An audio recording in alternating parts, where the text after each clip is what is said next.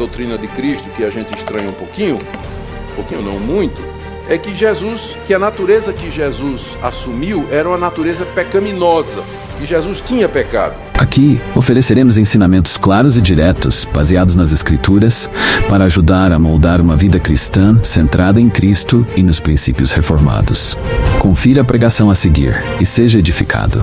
Os dois grupos se juntaram a eles. Um grupo dirigido por Joseph Bates, que dava muita ênfase à guarda do sábado. O Miller já falava alguma coisa, o William Edson também falava disso, mas o Bates era o que insistia na guarda do sábado.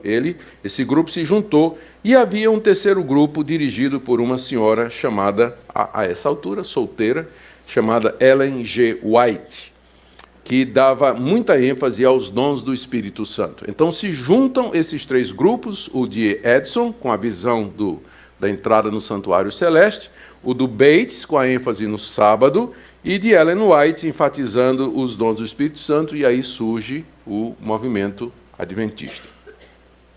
Então nós vamos concentrar mais no grupo que seguiu Ellen White e que deu base para o surgimento da Igreja Adventista do Sétimo Dia. Ellen White, desde cedo, ela começa a reivindicar ser uma profetisa da parte de Deus, e que recebia de Deus revelações autoritativas, e os seus seguidores a reconheceram como sendo, de fato, profetisa. Essas revelações de Ellen White foram publicadas na forma de livros e outros escritos, e contribuíram em muito para a formação das doutrinas dos adventistas e para a expansão da igreja. Ela e, posteriormente, o seu marido disseminaram amplamente os ensinos proféticos e doutrinários por meio de revistas e livros. Muito bem. Embora a Igreja Adventista vai afirmar que a Bíblia é a sua autoridade maior, ainda crê que Deus inspirou Ellen White em sua interpretação das Escrituras e em seus conselhos. Isso eu vou mostrar para vocês mais adiante, a prova. A obra-prima da senhora White, o livro mais conhecido dela, é O Grande Conflito, que eu tive a oportunidade de ler todinho, de cima a baixo. E que é um livro que os adventistas recomendam sempre. É o livro que eles usam para evangelismo, né? Manda a pessoa ler O Grande Conflito de Ellen White. Esse livro já foi editado em mais de 30 línguas e tem uma vendagem superior a 2 milhões de exemplares no mundo todo. Ela também escreveu outras obras, que são Vida de Jesus, Patriarcas e Profetas, Veredas de Cristo, Desejado de Todas as Nações, inúmeros artigos. Há muita coisa, há muito material. Existem, além da Igreja Adventista do Sétimo Dia, que é a mais importante, outros grupos que se derivaram, se dividiram, se separaram. O movimento adventista ele não é um movimento uniforme. Então, como, por exemplo, dentro dos batistas, você tem batista regular, batista da convenção, você tem batista bíblica, batista reformada. Então, tem várias linhas, mesma coisa dentro da igreja presbiteriana, assim também dentro do adventismo você tem várias linhas e algumas delas divergem em algumas coisas. As mais importantes são a Adventista da Promessa, Igreja Adventista do Pacto, mas a mais importante é a Igreja Adventista do Sétimo Dia, conhecida como Sabatista ou Sabatismo. E é nela que nós vamos concentrar aqui. Lembrando que nem todos os adventistas eles seguem exatamente essas doutrinas, né? Dependendo, por exemplo, eu sei que a Adventista da Promessa ela é mais carismática e um pouco mais evangelical, né? Mas o pessoal da Adventista do Sétimo Dia se concentra mais nos estilos de Ellen White. Algumas doutrinas mais polêmicas do movimento de Ellen White e depois da igreja que foi formada em torno das ideias dela e que são mantidas até hoje pelos adventistas. Primeiro, o exclusivismo da Igreja Adventista. Artigo de 2001 da Revista Adventista, página 10, é a revista de março de 2001. Eu creio no futuro brilhante do movimento adventista, porque não somos uma simples igreja entre as demais, nós somos o remanescente de Deus para o tempo do fim. No certificado de batismo que é fornecido pelos adventistas, onde tem as perguntas que têm que ser feitas aos catecúmenos, tem a pergunta de número 13, que é a seguinte: você crê que a Igreja Adventista do Sétimo Dia é a igreja remanescente da profecia bíblica? Tem aqui uma outra citação, que é do livro, da revista deles nos Estados Unidos, The Review and Herald. Cadê o cara do inglês? Só, né? Vê aí para mim se eu pronunciei isso. Herald. A revista deles, ele diz o seguinte.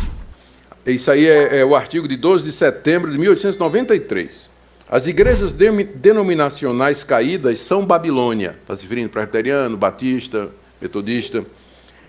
A Babilônia tem estado a promover doutrinas venenosas, o vinho do erro. Esse vinho é composto de doutrinas falsas, como a imortalidade da alma, porque os adventistas não creem que a alma continua a existir, né, depois da morte. Então diz que isso é uma doutrina falsa, é um erro pagão. O tormento eterno dos ímpios, eles também não creem no inferno eterno. A negação da existência de Cristo antes do seu nascimento em Belém, eles acham que Cristo já existia corporalmente antes de encarnar no ventre de Virgem Maria. Isso aí nós vamos chegar mais adiante, não é? E também porque eles defendem o primeiro dia da semana acima do santo dia de Deus, que é o sábado. Várias igrejas apresentam ao mundo estes erros e outros semelhantes, cumprindo as escrituras que dizem que todas as nações beberam do vinho da ira da sua prostituição. Então, as outras religiões, as outras denominações, não é? Elas são seita e são Babilônia. Eles são o remanescente de Deus para o último tempo. Vocês lembram, na primeira palestra, que uma das características que eu dei de uma seita é exatamente que elas acham que são o grupo exclusivo de Deus reservado para os últimos tempos. É a mesma coisa os mormons, o islamismo, nós vimos isso, o espiritismo, Allan Kardec dizendo que é a terceira e última revelação, e não pode ser diferente também, os adventistas pensam assim. Doutrina de Cristo. A Igreja Adventista declara sobre Jesus no seu livro Nisto Cremos, Fundamento 4. Deus, o Filho Eterno, encarnou-se em Jesus. Por meio dele foram criadas todas as coisas, revelado o caráter de Deus, efetuada a salvação da humanidade, julgado o mundo, sendo para sempre verdadeiramente Deus. Ele se tornou também verdadeiramente homem. Jesus, o Cristo, concebido do Espírito Santo e nasceu da Virgem Maria. Tudo certo. Como eu disse, nós também pensamos assim. Mas há dois pontos polêmicos na doutrina de Cristo na Igreja Adventista. O primeiro é que eles dizem que Jesus Cristo é o anjo Miguel que aparece no Antigo Testamento. Isso aqui, conforme afirma Ellen White no seu livro Os Patriarcas, página 366. A base que eles usam para isso é a passagem de Judas 9, onde o arcanjo Miguel aparece para disputar com Satanás a respeito do corpo de Moisés. Eu vou ler aqui para vocês, porque ninguém lê o livro de Judas pensando que é o Iscariotes, mas não é não. É outro Judas. Você já leu o livro de Judas? E eu leio livro de traidor, né? Eu não vou ler isso. O cara que traiu Jesus. Não, gente, é outro Judas, né? Não é o Judas traidor. Judas 9. Contudo, o arcanjo Miguel, quando contendia com o diabo e disputava a respeito do corpo de Moisés, não se atreveu a proferir juízo infamatório contra ele. Pelo contrário, disse: o Senhor te repreenda. Na interpretação adventista, esse Miguel aqui, na verdade, era Jesus Cristo. Eu vou ler o que é que a Ellen White disse a respeito dessa passagem no livro Early Writings, cadê ele? De 1882, página 164. Moisés passou pela morte, mas Miguel veio e lhe deu vida eterna, antes que seu corpo visse a corrupção. Satanás tentou segurar o corpo, reclamando como seu, mas Miguel ressuscitou Moisés e o tomou para o céu. Satanás rebelou-se cruelmente contra Deus, acusando de injusto, permitindo que sua presa fosse tomada dele. Mas Cristo não repreendeu o seu adversário, humildemente se submeteu ao Pai, dizendo: o Senhor te repreenda. Ou seja, para Ellen White, o arcanjo Miguel lá, na verdade é Jesus Cristo. Eles acreditam que Jesus Cristo já existia, e aqui é preciso, antes da encarnação. É preciso aqui fazer uma explicação. Quando a gente fala na eternidade de Cristo, a gente fala na eternidade do Filho de Deus. A segunda pessoa da Trindade, ela sempre existiu, junto com o Pai e com o Filho. Mas houve um momento na história em que ela encarnou, tomou forma humana, e foi há 2000 anos atrás, no ventre da Virgem Maria e na pessoa de Jesus de Nazaré. Antes disso, ele existia, como sempre existiu, como Deus. Ele não existia numa forma como de um anjo ou de um ser criado ou qualquer outra coisa, como às vezes transparece no pensamento adventista. Mas é o ensinamento deles aí. O segundo ponto da doutrina de Cristo, que a gente estranha um pouquinho não muito, é que a natureza que Jesus assumiu era uma natureza pecaminosa, que Jesus tinha pecado. E aqui eu vou ler o livro Estudos Bíblicos, está na página 140, 141. Em sua humanidade, Cristo participou de nossa natureza pecaminosa caída. Se não fosse assim, ele não teria sido feito como seus irmãos, e não poderia ser sido tentado como todos, e não venceu como temos de vencer. E, portanto, ele não seria o perfeito e completo Salvador. A ideia de que Cristo foi nascida de uma mãe imaculada e sem pecado, isso aí, quem diz são os católicos, não somos nós, né? Eles confundem as coisas aqui. Que Maria não herdou tendências, aliás, que Jesus não herdou tendências para o pecado e que por isso não pecou, essa doutrina remove Jesus do mundo caído e do próprio lugar onde a ajuda é necessária. Em seu lado humano, Cristo herdou exatamente o que todo filho de Adão herda, uma natureza pecaminosa caída. Então, a doutrina adventista diz que a natureza de Cristo era pecaminosa, que Jesus tinha uma natureza pecaminosa.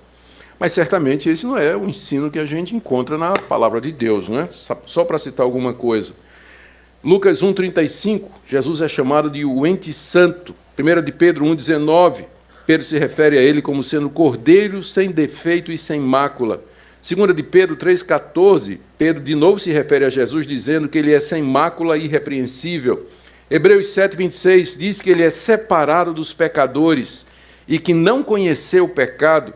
2 Coríntios 5,21 diz que ele não conheceu o pecado. 1 de João 3,5, nele não existe pecado. Hebreus 4,15, ele foi tentado em todas as coisas, mas sem pecado. E Romanos 8,3, que ele veio em semelhança de carne do pecado. Esse é o verdadeiro testemunho da Escritura. O próprio Jesus disse em uma certa ocasião, quem me convence do pecado? Ninguém podia convencê-lo de pecado, exatamente porque ele tinha uma natureza perfeita. Ele não herdou o pecado original e ele não tinha uma natureza pecaminosa, mas ele foi preservado exatamente pela ação do Espírito Santo de ter uma natureza pecaminosa. Por que é isso importante? Porque se Cristo tinha uma natureza pecaminosa, então ele estava em culpa diante de Deus. E o salário do pecado é a morte. Então, na cruz, o que ele fez foi receber o castigo que o seu pecado merecia.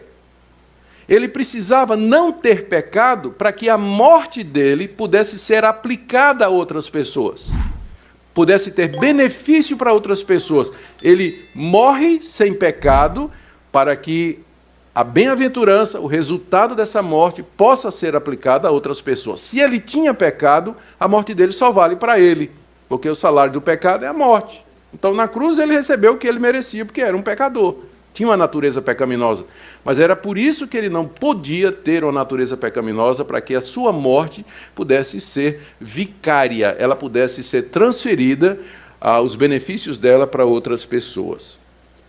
Agora vamos para a questão da fonte de autoridade. E aqui a gente entra na questão o lugar de Ellen White no Adventismo. O autor adventista Arnaldo Cristiani, no seu livro Sutilezas do Erro, diz o seguinte sobre Ellen White: o espírito de profecia é aquele que, segundo as Escrituras, e a par com a guarda dos mandamentos de Deus, é característico da igreja remanescente. A igreja remanescente é a igreja fiel, né, que eles dizem, a única igreja verdadeira. Esse dom consiste, primeiramente, em dar ao povo mensagens diretas e específicas.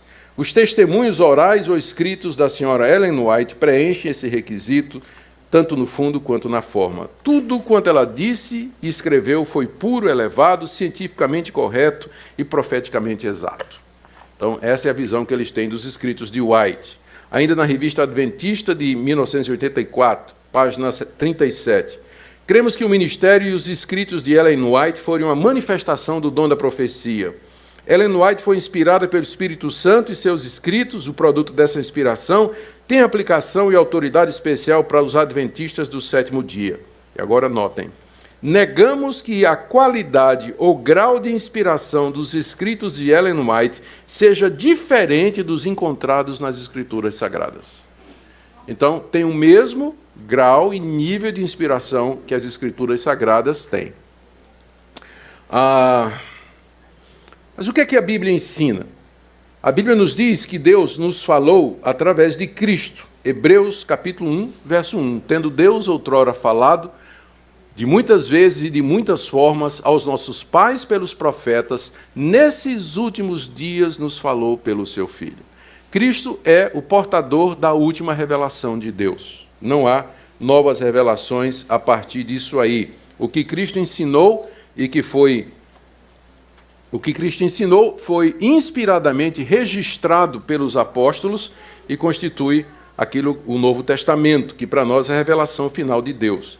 Para nós, essa última revelação é na pessoa de Cristo, seguida das revelações dos apóstolos de Cristo, e, portanto, para nós não tem mais revelações. Essa é uma das características do cristianismo histórico. Sola Escritura. A Bíblia é a única regra de fé e prática. Uma vez encerrada a Bíblia, uma vez que o livro de Apocalipse foi escrito, compilado e acrescentado ao cânon, não há novas revelações. Deus já disse tudo o que ele queria dizer. Tudo que nós precisamos saber a respeito de Deus e que Deus queria que a gente soubesse está nas Escrituras Sagradas. Portanto, as revelações de Ellen White, as revelações de Allan Kardec, as revelações de Mohammed, fundador do islamismo, e essas revelações dos profetas atuais no meio pentecostal, neopentecostal, para nós são ilusões, para não dizer outra coisa, porque nada há de se acrescentar à revelação de Deus em Cristo Jesus, que já foi registrada pelos apóstolos na Escritura. A doutrina da salvação. O que é que os adventistas pensam a respeito da salvação? Apesar da Igreja Adventista do Sétimo Dia declarar que a salvação é pela graça, mantém algumas doutrinas que aparentemente parecem contradizer. Por exemplo, a senhora White, no livro Testimonies for the Church, ela diz assim: você tem uma grande obra para fazer. Não engane sua própria alma, mas examine-se a si mesmo à luz da eternidade. É impossível você ser salvo como você está. Veja a obra ser feita por você antes que é tarde demais. No mesmo livro, ela diz ainda: Deus não pode salvar o homem contra a sua vontade. O homem deve trabalhar com seu poder, ajudado pelo dever de Cristo, para resistir e conquistar para si mesmo a perfeição. O homem deve fazer a sua parte. Baseado naquele versículo que diz assim: faz por ti que eu te ajudarei. É a placa na traseira de um caminhão. Agora me lembro. Já viram na traseira do caminhão? Faz por ti que eu te ajudarei. É muito popular, né, esse pensamento. Vocês lembram que eu fiz a diferença entre monergismo e sinergismo?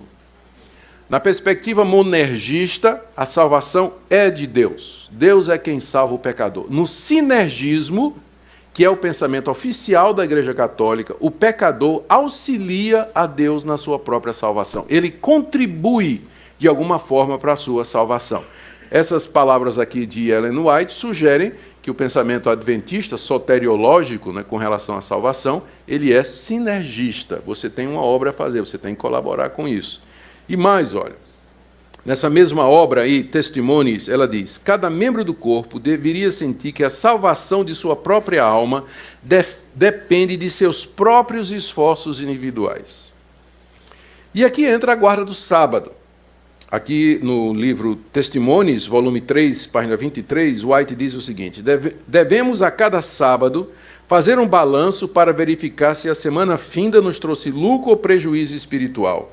Santificar o sábado ao Senhor importa em salvação eterna. No livro Grande Conflito, que é o mais popular da Ellen White, na página 605, ela diz: o sábado será pedra de toque da lealdade, pois é o ponto da verdade especialmente controvertido. Quando sobrevier aos homens a prova final, será traçada a linha divisória entre os que servem a Deus e os que não o servem. E a característica dos que servem a Deus é aqueles que guardam o dia de sábado. Portanto, diante disso, certeza de salvação. Veja o que White escreveu no livro Christ's Object Lessons, as lições objetivas, o objetivo das lições de Cristo. Aqueles que aceitaram o Salvador, embora sinceros em sua conversão, nunca deveriam ser ensinados a dizer ou sentir que eles são salvos. Isso é enganoso. Então, Ellen White diz que você não pode ter certeza de salvação. Se você disser que você tem certeza da sua salvação, você está sendo enganado. Em contraste, o que é que a Bíblia nos diz?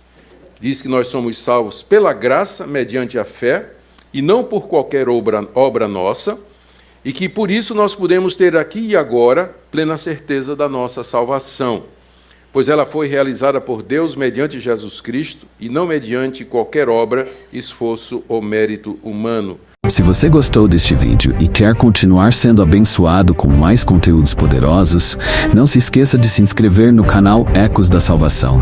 Isso ajuda você a não perder nenhum dos próximos vídeos com pregações impactantes do Reverendo Augustus Nicodemos.